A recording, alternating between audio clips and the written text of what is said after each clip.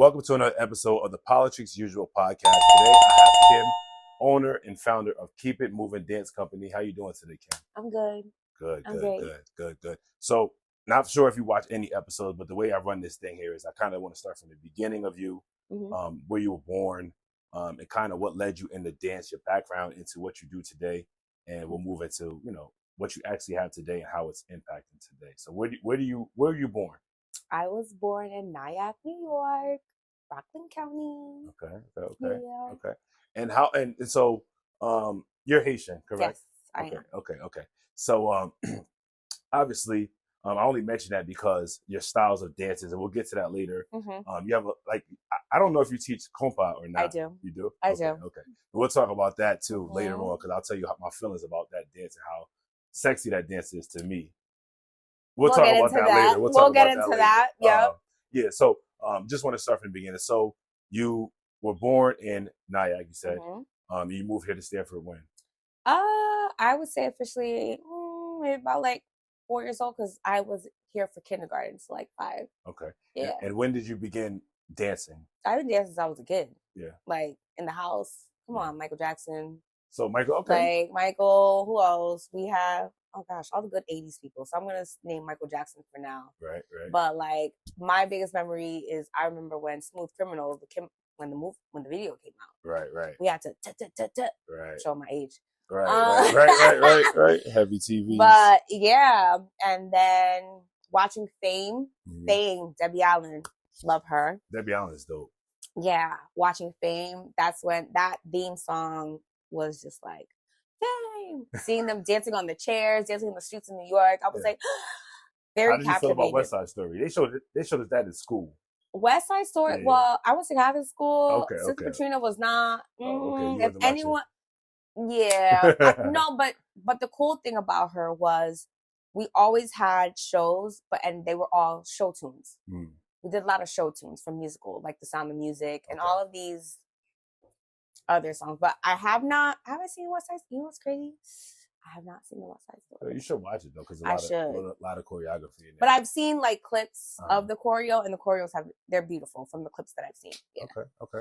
So you move here, small child, and you start. Did you ever dance you were doing dance classes, or what type of dance were you doing? Just kind of in the house dancing around, or were you in house dancing around? And then once my parents, they saw oh, we want to do dance class. Like I said, it's a Haitian household, so everybody lived together back then. So my cousin and I, we first started out with, the first time we did tap. I did tap. So you started with tap dance. So can you still tap dance today? I still can tap. We should have got her in tap shoes today. Nah, we not. Clack. You could have hit a little one too. Today. This floor is great for tapping. Yeah. That's dope though. Okay. I did that, and then the following year, I did jazz. Oh, word. So you started off almost alternatively. You were doing already tap and then jazz. So it makes more sense today to where you are today to me. I'm how do you end up in the style of dances that you do today? All right, so we'll get there. All right, so you started off with that, and then you kind of put a backseat on dance, focus on maybe school or different studies. Well, it wasn't my choice. Right. Well, because dance as a whole, it's expensive. It is. Right. What type of costs are associated with dancing? It could cost you for a year. I think a typical year, depending. And then sometimes, certain studios, they do a cost per genre. You could spend up to $1,200 for the year, and that's not even including your costumes, your dance shoes. Then there's recital tickets. And then there's mini concerts that they do, mini showcases that they do as well. Okay. So I could say up to $1,200 for the year, $1,200 or more. I'm being nice with that number. Okay. Yeah. Okay. Yeah, I had no idea that much cost. Obviously, I'm a boy. I played sports, so I know the cost associated with basketball and something like that. With basketball and football equipment, right. It's, and I've heard it's a lot. But I didn't know there was a cost associated with dance. I just figured you show up in some dance clothes and you dance. No, you even gotta have gear. Your sweat, your leggings. You want to make sure you're comfortable. Right. And there's just a different swag for each genre of dance. You know what I'm saying? Okay. So fast forward to now in adulthood, you circle back to dancing now. It's a dance company. And so when did you form the company? How long have you been operating as a dance Well, this company here, it became official in actually 2017. Okay. So March 17th, 2017. Congratulations. That's yes. Good. And I'm a woman of faith. So how I got the name, Keep It Moving. First of all, it's perfect because your name is Kim. Like that was, you had your thinking cap on. That worked out. Well, whoever this person is, they better not try to claim it now because it's mine. Actually, it was a Sunday. Me and my girlfriends were at Orchard Beach. I'm trying to make the story short. We were at Orchard Beach, and a young gentleman was trying to get my attention, and he asked me for my name. I was like, "It's Kim," and I just kept on walking. He's like, "Hey, yo, wait up, keep it moving, yo." And I was like, that made me stop, and I was like, "Huh, thanks." I hope you went back and gave you a number because he gave you a brilliant idea. Did I? I think I did. I think he earned it though. Yeah, he did, because I was like, oh, that was. I was like, all right, that's cute. That's cute. Nothing came with that. Yeah. But till this day, I was like, oh my gosh, that was really clever of him. Yeah. And that's how I got Keep It Moving. I mean, it couldn't be more perfect and fitting. Like seriously, I was like, wait, what you call me? He's like, Keep It Moving, KIM. I was like, yo, bro, perfect. That's good. Perfect. But to circle back, sorry to cut you off, but to circle back, I stopped dancing at 9 because, as stated, with the pricing, my parents were like, no, we're taking you out. We can't afford this. You know, like I was, they're like, we can't. I'm sorry. On another episode, I interviewed someone. I forget who did I speak with. I forget who it was, but I just spoke about our community and sometimes how we lack the resources to try many things. Like, so, you know, in other communities, when they have the capital, they don't have to like say, let's try one thing, you know. Exactly. But they get to explore and be free. They could try dance, they could try fencing, they could try horseback riding, they could try all these different things and kind of find themselves. But oftentimes in our communities, because we lack financial resources, we kind of got to pick one singular thing and kind of say, yo, this gotta work, you know? Exactly. Because we don't have the resources to spread out the same kind of dance and this and this and this and this. So we got to place our chips on the highest probability. But in hindsight, I think that and it's not blame because we just don't have the money. Absolutely. But it does hinder us, I think, in finding ourselves and finding purpose and things like that. So that's why one of my things in our nonprofit, what we specialize in is just access. And so we like to fund things or try to bring them into rooms that maybe they couldn't get in on their own. Kind of like when we were kids, remember Junior Achievement? Right, exactly. So we try to fundraise and do things so that we could open the door and bring the kids through so they could see it, because seeing is like believing, and seeing is important, and being able to visualize things is important. But yeah, continue. So I agree. That's pretty much that's what it is. Okay, so when you started the company, who was the first person to trust you with the kid? Like, how did you go from Kim, just a regular old Kim, to give me your kid and let me teach them? Oh my gosh, dance? I'm so grateful for these few women that trusted me with their kids and their childhood friends. Right. They're friends from high school that have children. They're like, Kim, we always known how passionate you were, like since high school. Right. If they didn't know me from childhood, they knew me in high school, and they knew my love for it. See, I never knew that. And you went to Savannah. I did. And I never knew that you danced. I mean, I was kind of like in the cut. Yeah. Then one day I'm on the internet, and I'm like, and I see you like dancing. I'm like, what? But it was salsa. So I'm like, okay, of all things, I'm like, it's salsa, which is way left, like way different. It just caught me way off. Like, no one expects that. Right. We'll talk about that too, what people will say. Right. Because I would talk about Latin dancing a lot, and I did hang out with a lot of the Hispanic kids. Yeah, we'll get into that because I'm sure you got some resistance there too. So I want to talk about all of that. I hope everybody sees, because I remember. Yeah, look at me now, okay? Look at me now. That's right. I want to definitely get into that. So you got your kid, you got it started, and you just started going. Yeah, I'm really grateful for those parents. I had them at the ages of like 8, I would say I started. And some already graduated college, some are in college, some are finishing high school. And the cool thing about this program was, I know before we started recording, I mentioned like education is real key. And I'm like, you can't perform. I'm not going to allow you on stage if I don't hear your parents tell me that your behavior is well and your behavior and your grades are well. Right. And once my friends heard that, they're like, oh girl, go ahead, no problem, you're keeping my child accountable, love it. Right. So I'm super grateful for those parents, and for them to trust me, and they saw how much I don't have kids yet. One day. Okay. But everyone's child is my kid. So they knew, like, it was like, listen, it was kind of like daddy daycare. You can't pick them up, I got you. I'll pick them up. You can't come to a show. All right, no problem. This is where we're at. This is our location. Anything that happens, your kid has, some of them, they may have a phone, some of them didn't. They knew that they can contact me. Right. So it was very easy for me. I was like, no, because I knew what it was like when other parents would take me under their wing, right? So that's what I wanted to, like, it's all about giving back what was once given to me. That's right. You know? That's right.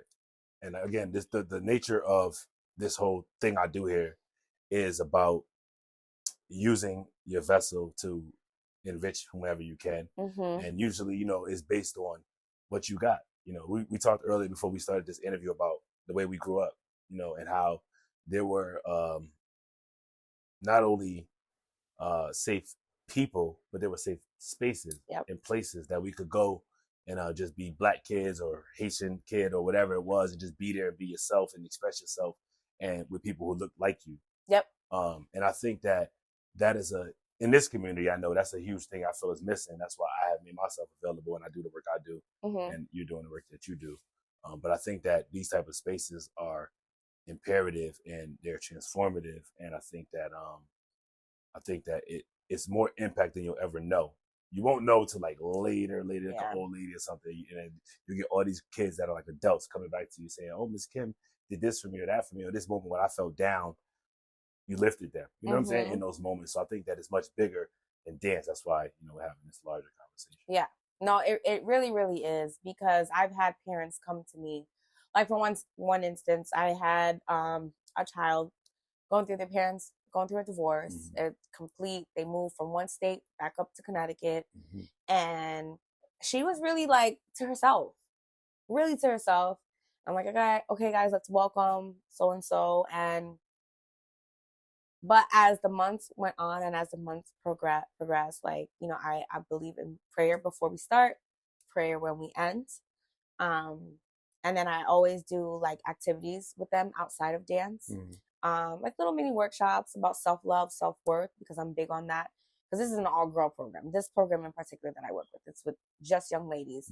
I call myself the new age Claire Huxtable. Okay. Because we love Claire Huxtable. I thought I was going to marry Claire Huxtable. We loved Claire Huxtable. I didn't want to marry her, but I wanted to be like her, because she carried herself in such a manner with such grace, class, but she wasn't a pushover either. You couldn't mess with her. And she loved on her kids. When they needed the discipline, they got that too. But what I appreciated was how the parents and this young lady's mom and grandmother, they were like, we see such a difference in her attitude. She's talkative. Like, her and the girls, they're like laughing, they're talking. She's talkative. They're like, she's doing well in school. Like, we just see such a difference in her. So that is what makes what I do so special. Like, and it's just a real thing. Like so, you were saying, like, community, you're pouring, being that vessel. Right.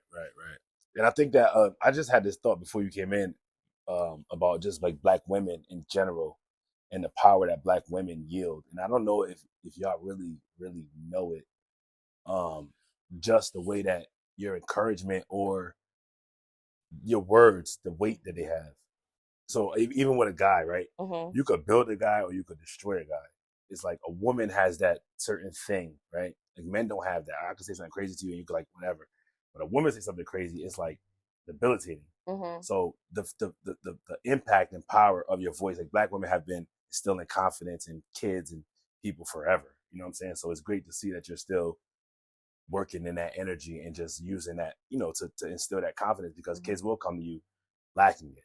Oh yeah. You know what I'm saying? And going through your program, if it's changing them in that way, that's like I believe one of the greatest things you could do for somebody is it feels good. Turn them up. It's a good place to be. Yeah.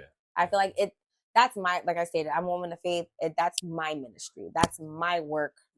So that's my next question. So how do you think that your faith impacts your work, and how do you incorporate that into the work that you do? How's that? Oh, that's a good question. That was a good one, right? Yeah, I'm getting better.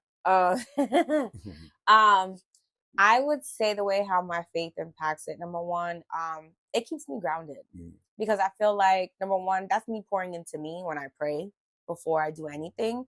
It's me pouring into me first, because you don't want to pour from an empty cup. I made that mistake alone. I used to do that all the time. Oh, listen, I think I'm now getting good at pouring into me now. Now. It took me a long time. Man, like, because you're being pulled in so many different directions, right? And you got to make sure, like, okay, you want, okay, I got you. Okay. Then who got you? Nobody. Right. So that's why I was like, you know what, Lord, that's you and me. Yeah. So there's that. It keeps me grounded, and it also fills me up. Like I said, it fills my cup where I can have that love and have that compassion and have that peace that flows through me, that I can be able to be like, here, you know? Yeah. So if I don't have that peace, and if I'm like all over the place, and I'm like just irritated, what's that going to do for the kids? And how's that going to show God's love? That's right. That's great. See, this is meant to be. But a lot of what you're saying is what I went through. So obviously my life was my life. I started off like really well, and then I got way into the streets, like way wrong. And once I came to my senses, I guess, once I started waking up, I decided that I was going to use the influence I had or whatever I had just for good. Like it was a pointed decision. Like, rather than influence people to do bad things or things that don't matter, use your influence to get them to do good things and incorporate, my faith and what was going on into my work. Yeah. And I think that when it's faith led like that, it comes from a purer place. Exactly. And I think it'll work. It always works when it's coming from that place, but it takes longer, and it's a longer journey, and it's harder, and you get a lot more obstacles and opposition.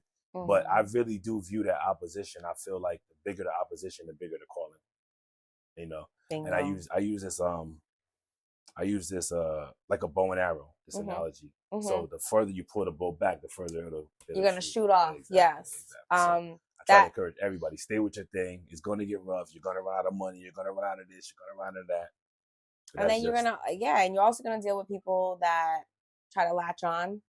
Because some people, they see that sometimes right there. They don't even you don't even see it yourself, but people see it, and it's like yo, and then but after a while you're like, you know what? Then when you say that big prayer, Lord, if this person's not supposed to be around, that all of a sudden chaos. Oh my God. But it also, hearing you speak, but it builds character. It does. As much as you're like, why? Oh my God, why do I gotta go through this? This is so annoying again. Why? We get to a point where now I've learned to I'm so fully surrendered, right? To when something goes left, I'm like, all right, so what are we doing? Right. It's what are we doing? It was supposed to. It was supposed to happen. Right. I'm like, all right, so what's the lesson? Right. What's the next step? How am I gonna maneuver? Right. But I'm telling you, being faith led is because then the kids they see, it's to the point where I've had the kids say, oh my God, Miss Kim, you were so busy. Because when we go to events, I'm talking to the organizers, making sure and they're in their costume backstage, and I have to handle something, whether if it's music or something that have something. Right. And it's oh, Miss Kim, we prayed. You were busy. Yeah. And I'm and when I hear them say that, I'm like, you did your job. It's like the scripture, lead them up in the way you want them. Yes. It's true. No, that's great. And again, that's why I reached out. I've been seeing your page, and at first it was just look like business. It's okay, it's business. I'm not here to highlight business. You know what I'm saying? This is not an advertising platform. This is a platform where I try to highlight and give support to people who are doing the work, for one, to let you know that, I see you, I see your work, and also to platform it in a way where it becomes available to whoever sees the episode. You know what I mean? And they know who to reach out to, and they can see a little bit of your heart too. It's not just about dancing. It's about your heart posture. Yeah. You know what I'm saying? That was a lot of heart. Yeah. So, okay. So moving forward, because we can take that conversation and be here all day. But, let's just talk about the styles of dance that you dance. Yeah. I dance my main focus is salsa. Why salsa? Start there. Why salsa? How salsa? You know, this young lady, it all started in 6th grade. Okay. Granted, in my house, in my family, we listen to everything. Bolero, like the Mexican mariachi music. Really? Oh, Haitians love mariachi. Okay. If I never listen. I'm learning. Haitians, remember, we were once an island, one with the Dominican Republic, the Hispaniola. So there's a lot of Latin influence, right? Aside from us speaking French, you know, we speak Creole, the language that took over the oppressors. Right. Yeah. Right. Haiti was the first free blacks. Yes. That's right. That's free right. republic, That's and right. people seem to forget that. But, that's right. Yeah. No. Chicago is was founded by Haitian. Mm-hmm. There's a lot of Haitian history in this brand. When I get to Haiti, I'm gonna do Haiti too, though, because I've started with, obviously the images are black because I'm Black American. Yeah. But I'm gonna do around the world. But there's so much Haitian history. It's a lot, and they've helped out a lot of countries. All you gotta do is look at the flags. Yeah. All you gotta do is look at the flags, and you'll see. It'll tell you. Yeah, you'll see. But where were we? How you ended up doing salsa? Oh yes. Of all things. 6th grade, there was this young lady. She became my bestie. Pilar, I still remember you. And I'll never forget. We went to, you remember, like, we went to birthday parties. It was at your friend's house, and everybody, or it was either at the Y, or you know, whatever. Mm-hmm. But it was at her house. They were playing salsa, and then, you know, started dancing, and I was like, oh my god, I kind of like this. I was like, okay, this is not your typical compa side to side, okay, but it was cool. So I really liked it then. So you already had Michael Jackson under your belt. You already had compa under your belt. Mm-hmm. Now it was time for salsa. Yeah. Okay. So then she introduced me to a lot of like the music that my childhood best friend. She's Puerto Rican, but this young lady was Panamanian, and then my bestie Puerto Rican, and then going to like their parties and like listening to their music. I was like, oh, okay. Mm-hmm. And then it wasn't until, remember the Terrace Club? Yeah. Okay. So the Terrace Club. Back in the the Terrace Club, when they had the Latin nights, you know, I would go with like my best friend's parents. You know, they knew like security. They're like, oh, you was going to Latin nights and everything. So you was okay. Thank you. Yeah, you was. I'm so grateful because my best friend's parents are like, I can't believe, because I saw a huge showcase. It was a huge showcase. They were like, I was like, and then I saw these group of kids performing, and I was like, I legit was like, I want to do that. Wow. Okay. And I saw a girlfriend of mine, one of my friends, and then I was like, what are you doing? She's like, what are you doing here? She's like, oh, my dad is the one that put this event together. Right. And he's the old studio owner of Latin Wolves, which was right across from the Purple Bridge back then. And you worked with him for I did. Right. I did. I know that name. Okay. Yep, Lou. Okay. And I fell in love with it. I just love the back of the partner work. Yeah. I love the music, the vibe. And there's a lot. The drums come from Africa, you know, and Haitians are big on the drums too. Right. So would you say that's your favorite style of honestly, I'm torn. Yeah. You know, because between compa and, you know. So I'm not Haitian, so if I misspeak, just it's okay. It's okay. No. But when I see compa, I think that's one of the sexiest dances on earth. Are you looking at the compa that they show you of today? I don't know. So whatever I'm seeing on the internet is very slow, it's very sensual, and it looks very attentive. I don't know if I'm looking at today's compa or whatever it's compa, because I don't know. But it looks very intimate to me. Okay, it can get intimate. I'll say that. So compa it can get intimate, but at the same time, you don't have to me, I just feel like I'm very old school. Right? I grew up dancing with like my dad. Of course, I'm not going to do half the stuff. Right. But granted, the adults, they went from dancing regular compa, they went from plogue to now what they call guyad. And guyad is like where they're doing all that, you know, all that extra stuff. Okay. Some people, when they go out, they dance with everybody like that. Me, particularly, if I'm going to get that intimate with someone, to me, it's very intimate. That's just me. Well, I think the clothes that I'm referring to is certainly not strangers. Not like you just go up in the club. No, some people do this. Really? Yeah. Oh, okay, my bad. I was thinking like your wife, you know, with like it would be nice, right? It would be nice. Or if you're both single and y'all are attracted to each other, then cool. But not like just some, Yeah, that's just me, because some people may not agree with me, because sometimes, like, when I do compa workshops, they expect all that the grinding. Right. No, I'm not comfortable in teaching that. With my compa lessons, you get a history. Right.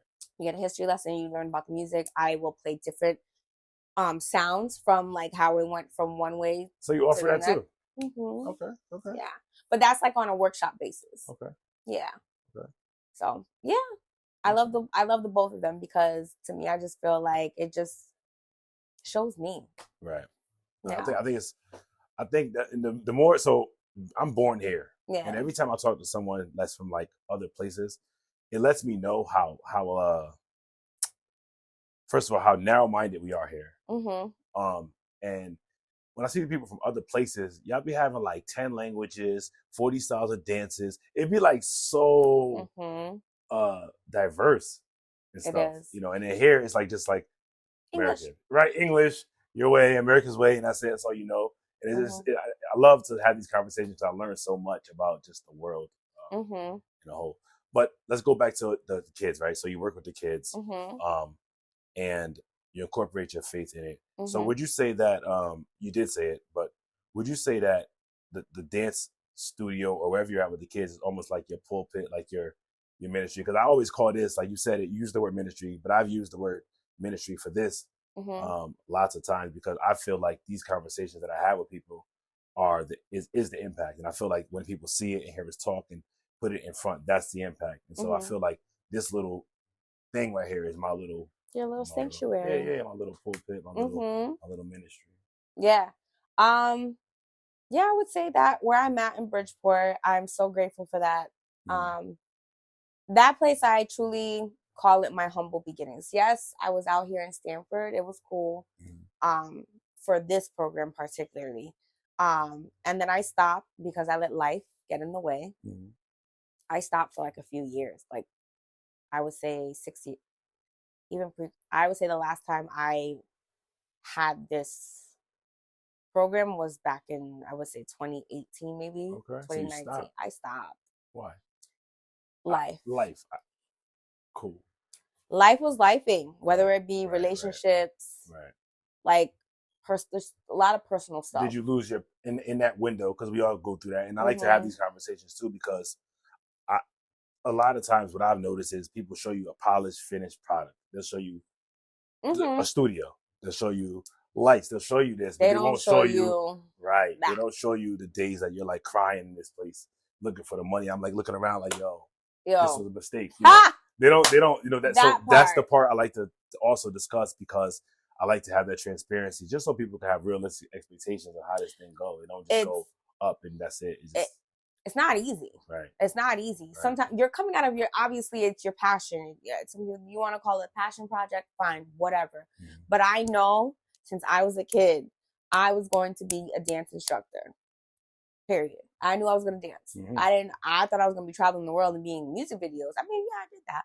But I just knew I was going to be pouring into kids, right?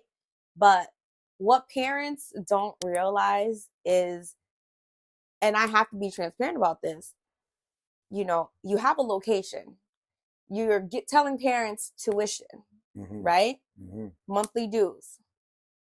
So, and you put in a contract. Listen, whether your kid is here or not, just like when you have a home, even if you're not in your apartment, you're still paying the rent. I look at entrepreneurship as a faith walk.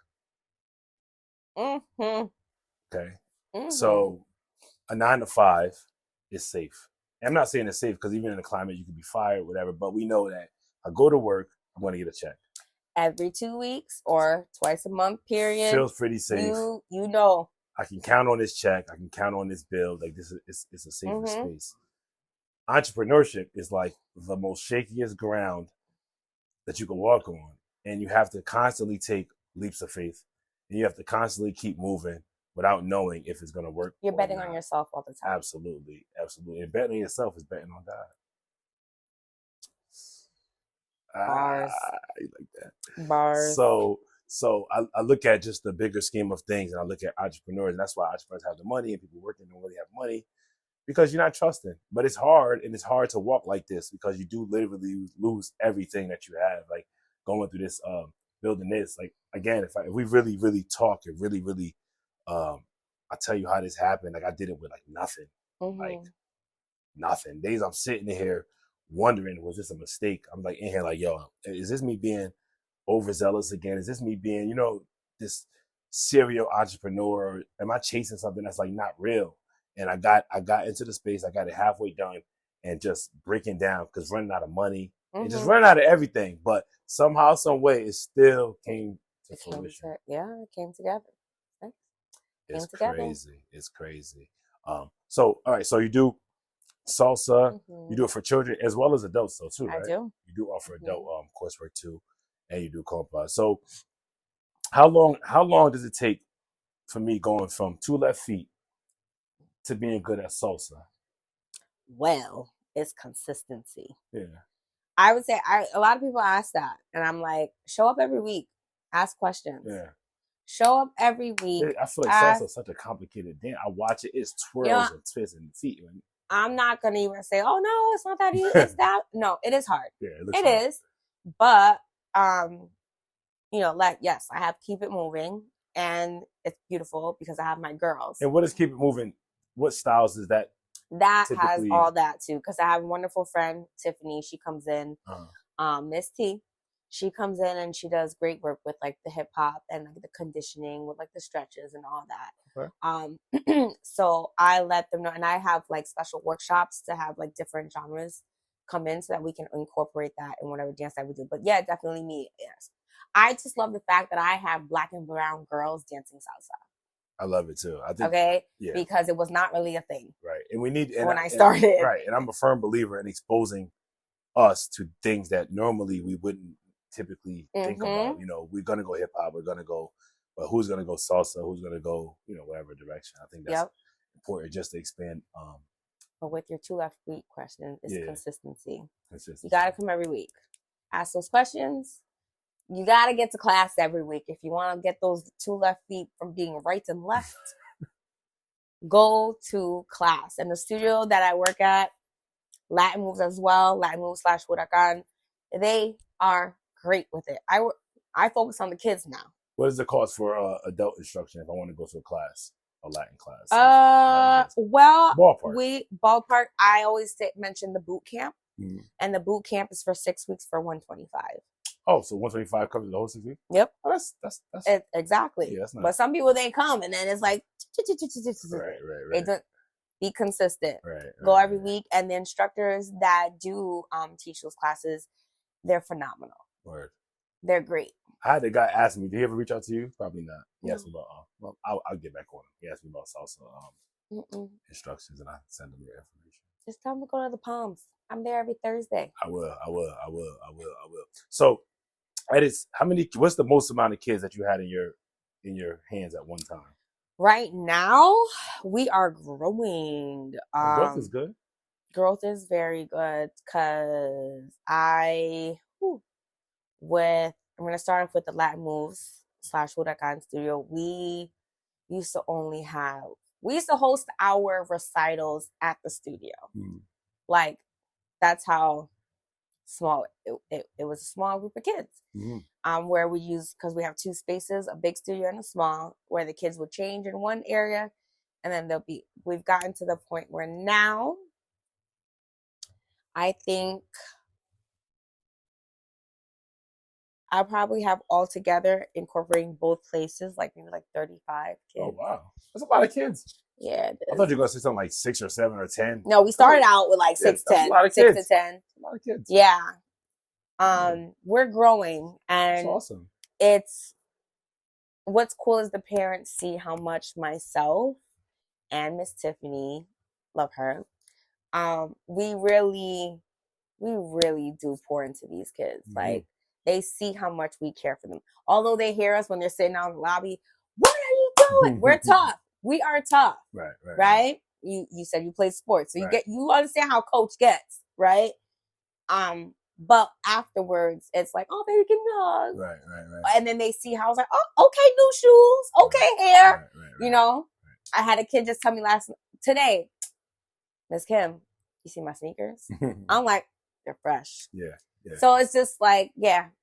But like up to like, I would say between both like 30, 35. That's awesome. Did you ever consider moving it into a nonprofit space? Yes. So only reason I mention that is because it's a passion thing for you, and clearly seems like something you would do, whatever. Yeah. But the funding would be more readily available. You know what I mean? Yeah. For what you're doing. For what I'm doing, yeah, I'm working on that. Yeah. It's still a process. And the other thing too, with the tricks of the trade of entrepreneurship, you're learning stuff every day. On the go, on the fly. You have people, when you ask questions, some people they gatekeep. But to the gatekeepers, there are lots of gatekeepers. No. You want to know something? What I've learned about gatekeepers, thank you. Because you pushed me to find and go do research myself. Granted, that's what they do. Because a lot of people are like, well, I did that. Figure it out. Right. It's okay, because when I learn, I'm able to be like, yo, here's how I did it. I'm not going to do what was done to me. That's what this whole program is. I take everything from behind that gate. So my first episode was all about life insurance. I'm putting all that out there. Then I'm going to have somebody put some about credit, give you all the tips. Like, give it away. Yeah. Give it away and let people do what they got to do. Oftentimes people, and I find this more in our community, the Black community. I think that because we don't have a lot, I think when we get a little bit, we feel like we got to guard it with our lives or something like that. But it really hurts us as a collective because Kim, you're a woman. Maybe you get in a room I can't get in, and maybe you have something for me. Maybe I can get in a room and speak to you and about Kim. You know, it's better if we work together. You know, like, and so I try to take my people, my like minds, and I try to go work in one room and share my resources, because if we come back together and pool our resources, now you might got a camera person, I might got a this person, that person. And now we come together, we have a team. You know what I'm saying? And I think that that's something we just don't really believe yet as a culture, but when we get there, it'll be better. But there are a lot of gatekeepers, even in this area here. Yeah. But my whole thing is, I also call it like the bread aisle. Right. We all can eat. So that analogy of the bread aisle, though, was I used that because I seen it, somewhere years ago. But it's true about how many different breads there are, and how no one's worried about anybody. No. In fact, like, so you're from Stanford, so you kind of. So let's use the example, even grocery stores. How many times you seen ShopRite and then Stop and Shop came right there, or like Burger King and like McDonald's come right there? Like, it's like you're already driving this traffic right here for burgers. Let's just all set up right here or whatever it is, and they're competing. But in our world, it should be more collaboration and competition. I think that if I look at you like an enemy, then you're my competition. But if I look at you like an ally, then whatever I have is for you, and vice versa. Yep. Yeah, that hurts us overall. But I'm like a person that gives everything. I don't. Now, if I see you're shady, because sometimes that's one thing where the faith comes in. Yeah. You got to have some form of discernment. Right. You got to discern. Right. Because it's not me being shady. It's just like, I see your motive. Oh, for sure. I see what you're doing. I see we don't work like that over here. So I'm going to watch you. And I'll like, yeah. Sure, we'll see. Yeah. And as you go through this, you'll notice, and you said it earlier, I don't know if we were on camera when you said it, but you said about people trying to like latch on. And that's where you got to really, really be able to weed and filter out. And so let's step back.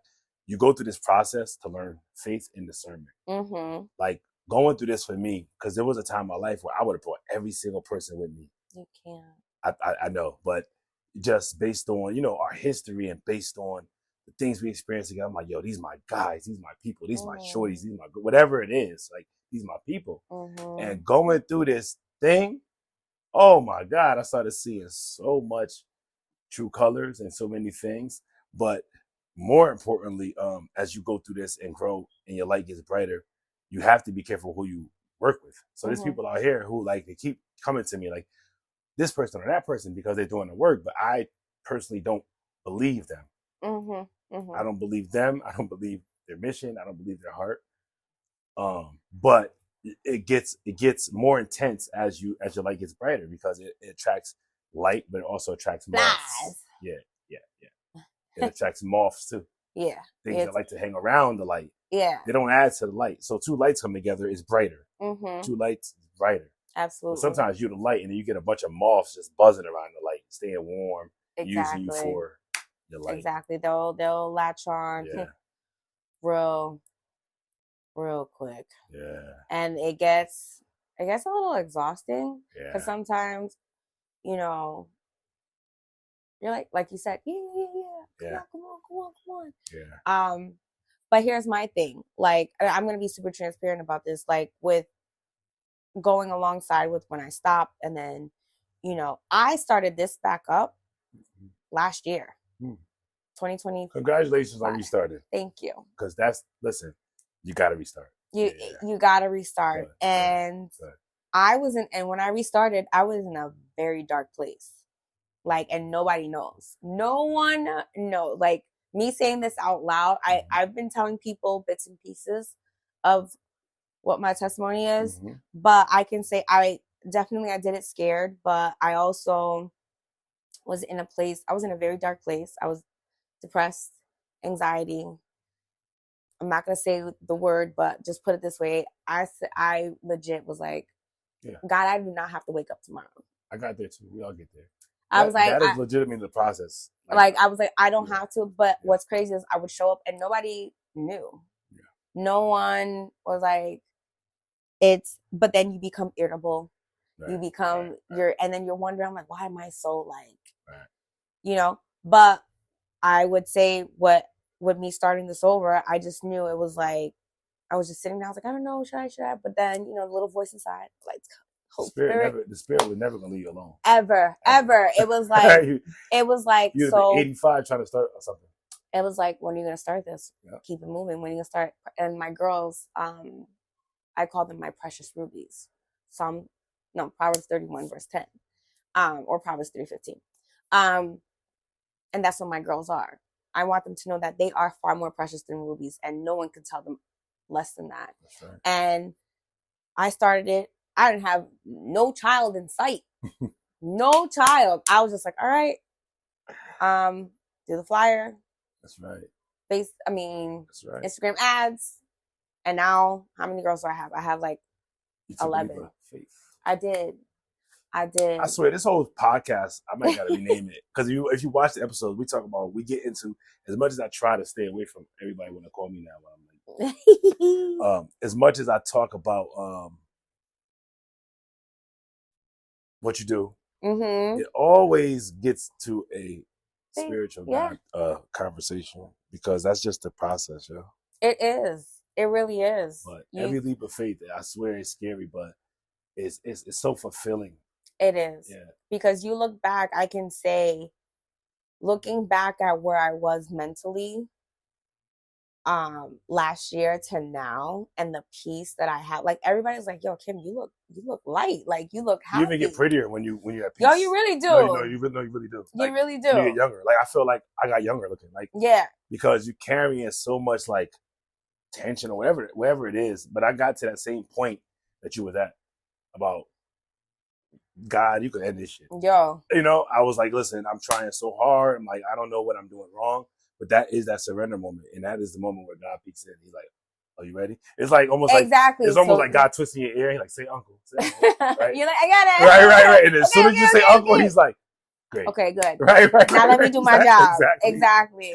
But you go through so much pain before you like say, all right, bro. All right. That's enough. Exactly. I had to go through too much. I can say, and then the young ladies that I have, and all my kids as a whole, it feels good to just show up. Like, it's stressful. It's stressful because I got to, parents, the kids, the attitudes, and I'm just like, hold up. Right. But you was bred for it. You was prepared for it. So yeah. So I used to get mad about certain things, like, why is everybody calling me for the answer or whatever? Then I had to realize one day, oh, you got the answer. It's like, you have the answer, bro. Exactly. Like, why am I mad about, obviously I don't want someone brain draining me. I'm not looking for someone to just use my mind and not use their mind. But I also had to realize that the things that you know and the things that you do you're prepared for exactly those things. And that's kind of what led to this podcast. I was having more private, like I know you personally, I know Kim personally. We could be on the phone and having like this really deep, enriching conversation. And these are things that I felt everyone knew. In my world, it's like common sense, bro. Why? How don't you know this? Like, I'm still assuming that people knew what I knew. Yeah, can't assume. Yeah. But again, I'm like, you didn't know that? You didn't know this? And people was just like, man, I'm glad you told me. And I'm like, all I told you was that whatever, at 9 o'clock. Something very basic to me. And I started realizing that more people needed the message and more people needed to hear it. And that's what prompted a podcast. Because before this, I had no desire to be on camera. Yeah. In fact, I'm from a era and I'm from the street where we avoided camera. Yeah. Like I could be walking by you, you could be taking a selfie. I'm like, yo, you know what I'm saying? And so one of my biggest things I had to overcome was even just getting comfortable with being on a camera or being photographed or anything. But I knew that the calling was higher than what I actually wanted for myself. It's always higher than you. Yeah, for sure. So I just had to get up one day. The first few interviews, if this was the beginning, I was sweating like crazy. It was like a mess. I would get up every 5 seconds, paranoid, checking. Now I have like a little system. I just ordered my thing for the TV to get it up there, so it's building better. But when I first started, I didn't even know how to use the camera. This camera was gifted to me. Oh well, look at you now. God, now look at me. Like I'll get up here. It's like boom, boom, boom. It's all hitting on all cylinders. And it's cool. I'm still learning. I'm still growing. But what you said about it, the feeling of it is way different, and it feels way more peaceful. That word. Yeah. So peaceful. And like you were saying before, with wanting to bring everybody with you, and what sucks is like while you're on this journey, while you're chugging along, it's like you said, the friendships that you least excel, and then I'm like, not them, right. not. I'm like, because that's my ace. That's like they had my back, like they had me, like they had me, like it's not they personally, but I would feel like what I believe is like, I'm like, Lord, you placed this friend in my life, and I'm so grateful for that friend. Like, why is there friction now? For what? For why? Wow. But then now it's like, I'm like, you know what? You no longer want to explain yourself anymore. You no longer want to people please. Oh my God, I was about to ask you. What lengths do you go through now to protect that peace? Yo, that's the part people don't understand. Like, people don't get used to how you respond anymore, because now it's like I used to always be like, if a question would be asked, and I would feel like a little. Now I would just be like, I'm not gonna respond to that. And then it turns into like, oh well, you didn't say anything, and I'm just like, listen, I'm really in a headspace where I'm just so tired of people used to that person, that Kim, but this Kim now, like I no longer have that energy, because I just don't want to, like, at the moment I'm not going to deal with that until it's like, let me pray on this real quick, because regardless on how you feel, you don't want to talk off of emotion, because when you talk off emotion, you'll say something dumb. Exactly. And that's in business and friendships, relationships, whatever. You got to table stuff before you say anything. And that's how I keep my peace now. That took me a long time to get there. Ooh, child. I mean, I just started doing it recently. I was nuclear. Like you could stare at me for 10 seconds. Like, yo, what you looking at? And that could escalate. Like it was just nuclear. You know what I'm saying? Yeah. Now I sit back. I'm like, I understand better and I learn things better. But that's an important point about just pausing for a second. You have to pause, and that's to me. I feel like pausing is the best form of communication too, because to me, I feel like I'm just showing you respect. Yeah, that's me. Yeah. Because communicating, I would just sit there, or I'm like, no, I didn't mean. Over explaining. Yeah. I think that comes from a place too of wanting to be understood and wanting to be heard, seen. The reality is that someone who hasn't reached your level won't hear you. Mm-hmm. Or I wouldn't say that, because for some. Yeah. Or they're just not meant to be there with you. That too. But so this is the analogy I use, right? Mm-hmm. All right. Right now we're sitting here in this studio, and every radio station is playing a song. Mm-hmm. 105, they all playing a song. Mm-hmm. You can't hear none of those songs until you tune your radio into that frequency. You can hear that song that's playing on that station. Yeah. And I say that to say there's things that people would come tell me when I was standing on Spruce Street selling crack, yo, get out of here. Don't stand out here. I'm like, I just couldn't receive it. Not because I didn't want to receive it. It just, I'm like, bro, you don't have no idea. You can't relate to me. Or whatever the disconnect was, I couldn't even hear these people. I just blocked them. Yeah, you're like, yo, I got money to make, bro. Right. Move out my way. Even though the information was great information. Yeah. And it was pure, I just couldn't receive it. And it wasn't until life got me to a point of surrender where I reopened myself up to hearing new ideas and new opinions and things like that too. Because for a long time, you operate in an arrogance of knowing everything. You think you know everything. You know, we all go through this thing where we got it. I got it all figured out. You know everything. Yeah. Like, you're the smartest Dalai Lama. You know everything. Absolutely. And then you see how life is not going your way. Like, maybe I don't know everything. And you start opening yourself back up to receive. But if you're not, if a person is not in a receiving place, they won't. You could say it in Spanish, Creole, English, soft, general, loud. If they just won't receive it until it's time. And so a lot now, the Bible says to not cast your jewels on the swine. And so what I do now is I used to push information. You should do this. You should do that. Because I'm like, it's good information. Now when I see anything push, oh, you like it? I love it. I fall right back. That's it. Yeah. You like it? I love it. I love that for you. Do that. You know, because you're gonna waste just a lot of energy and spin your wheels in mud. Yeah. So I had to really learn that, but that's good because the energy you will pour into elsewhere, you pour into yourself. That energy of that hour conversation with somebody trying to get them to hear me or understand me, I take that now and I just put like, what do you got to work on today? Paperwork, blah blah blah, and I do that instead of wasting time. You don't want to get it, don't get it. It's your journey, your life. You'll figure it out.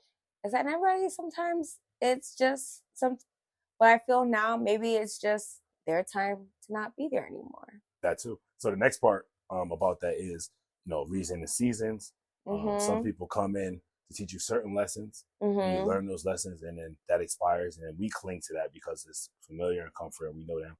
But they was only there for that little window to push you wherever it was to push you. I'm grateful for everyone. For sure. Everyone. Even if I don't talk to them now. But I don't talk to you. It's okay. I love you still. I still pray for you. But I'm grateful for them because, looking back, man, listen. We always out of our mind, I think. Yeah. The choices and it's just the people, like I said, I'm so grateful for the friends that have had my back. Like, even if we don't talk anymore, I'm grateful for that friendship. That's right. Because like you said, you can look back, you're holding on to that familiarity. But I'm so grateful for that because sometimes I could sit there, even if I haven't spoken to them in like a year or two, I could sit there and think about and it's like, oh my God, I can't, child, that was so funny. Right. And just chuckle to yourself because, but they also, especially I knew a lot of people within entrepreneurship before I really I learned a lot from them. Yeah.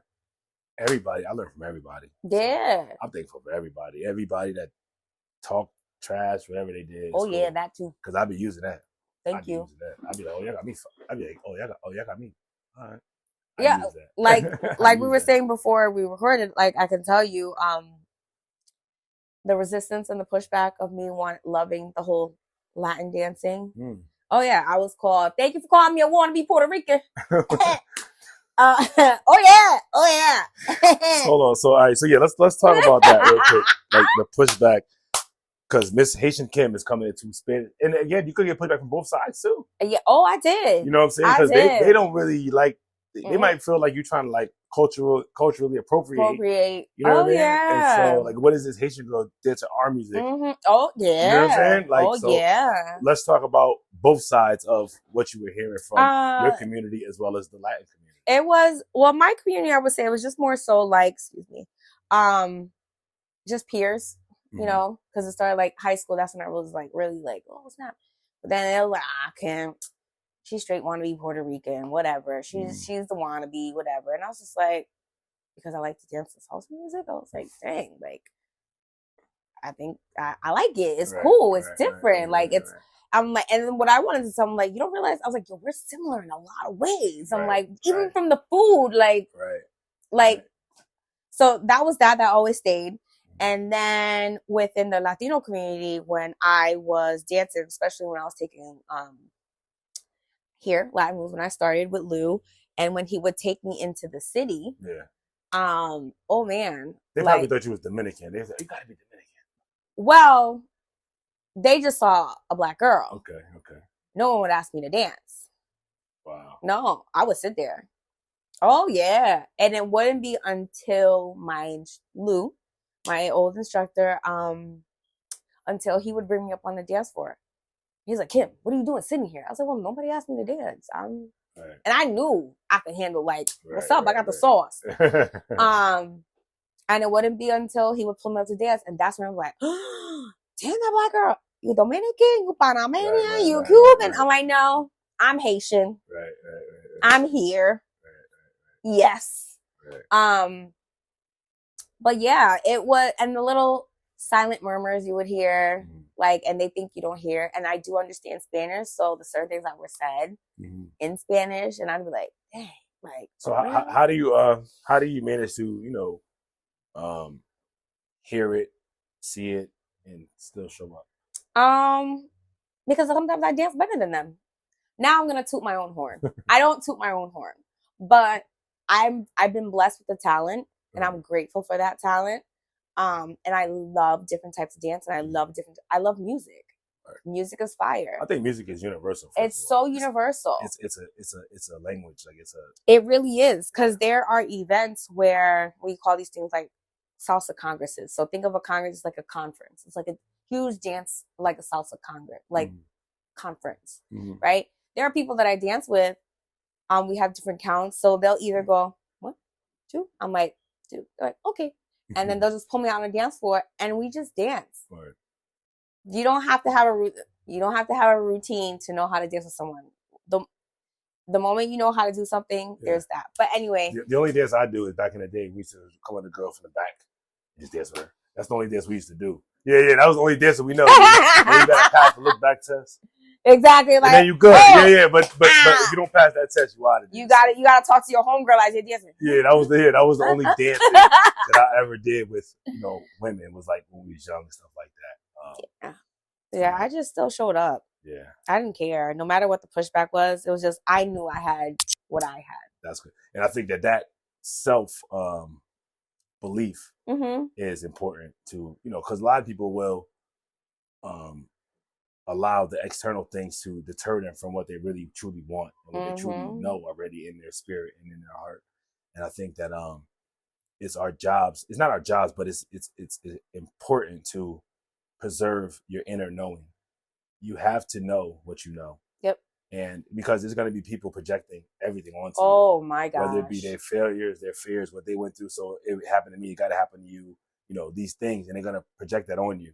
So you really have to preserve and hold tight to what you truly know inside of your being and that you are.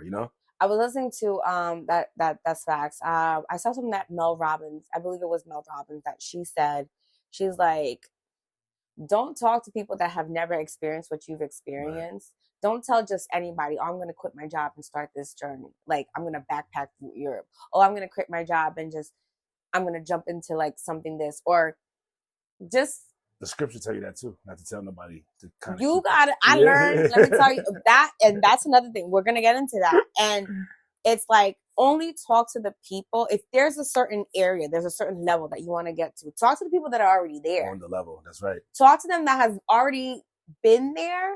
That's right. And then they're going to tell you, like, listen, I'm not going to listen to the naysayers. I realized that people was watching. And once I realized that the light was on me, I said, all right, give them something to watch.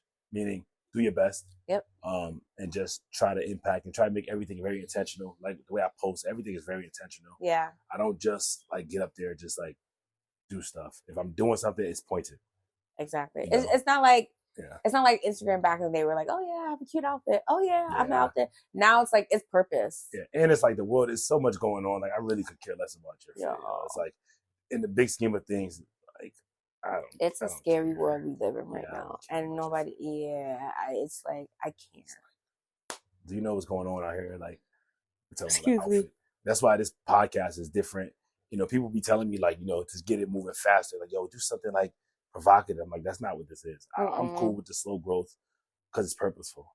I don't want to be gimmicky. I'm not here for that. I'm here for pure impact and pure information. And these will find whoever they're supposed to find. Exactly. Yeah, they will find whoever they're supposed to find. So, not to hold you too long and we can go a lot of places, but what is the vision for Kim Dance Company, Keep It Moving Dance Company? What would you like to see for your company? Number one, like I'm at my humble beginnings, right? The goal is to have my own space where my space that's a safe space for my girls. My space that's a safe space for the girls to be. I know I'm focusing on young ladies. Yes, because what's out here now is not it, right? First of all, that's important. I don't think there's enough women mentors. I know for men, we do it all the time. We have mentorship programs. I'm all part of a fraternity. We're about to do some work with like ties and resumes and just different things. I don't always see that with women. Like, where are the women that are like grabbing the young women and teaching them women things? You know? Yeah. Like, it's down to the point where sometimes I have to nicely speak in a nice way. Yeah. You know, their bodies are changing, older. Like, where is that? Hey, babe. Right. Where is that person? You know what I mean? That's like rearing these young girls. Exactly. You know what I mean? It's that.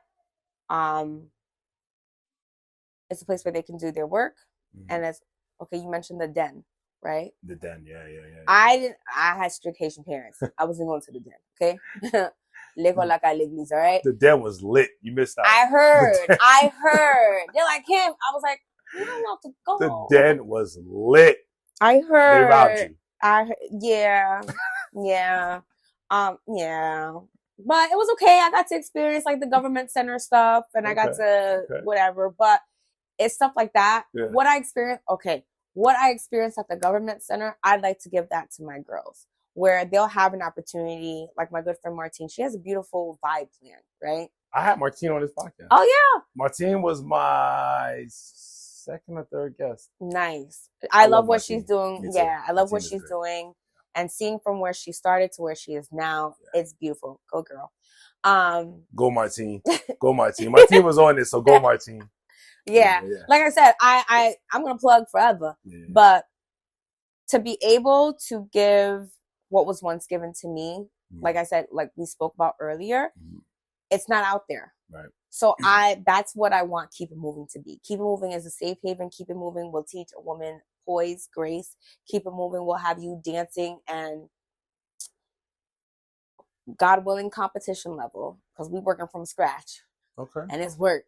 It's gonna work. That's what that is, and have them be able to have. It's all about an experience, and I want them to come back. I know you're not gonna always get the thank yous, but even if you're rarely gonna get the thank yous.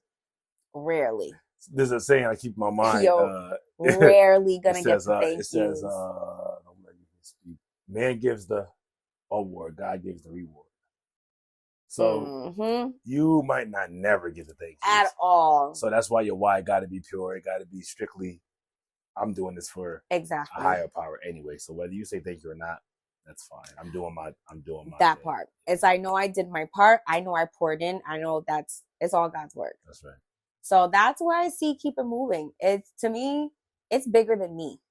It's so much bigger. That's why I feel like whenever I get all these ideas, you know how you just see, like you can see it. And you just get... And only you can see it, by the way. What's that? Only you can see it. Because you're going to try to tell someone, they're like, whatever. Right. Only you can see it. But that's God put it right on you. Only you can see it. But it's good to walk towards it. I think, again, it's going to work for you because you're walking towards it and you got back in it. Yep. I think that you've gotten back in it in a time in your life where it's a renewed mind and renewed things. I think it's going to work. Definitely a renewal because, last year was. It's okay. Yeah. I got baptized, so I feel like you dip, come up. I'm gonna get baptized too. I got baptized when I was a kid, but it was just like a formality. But I went through the actual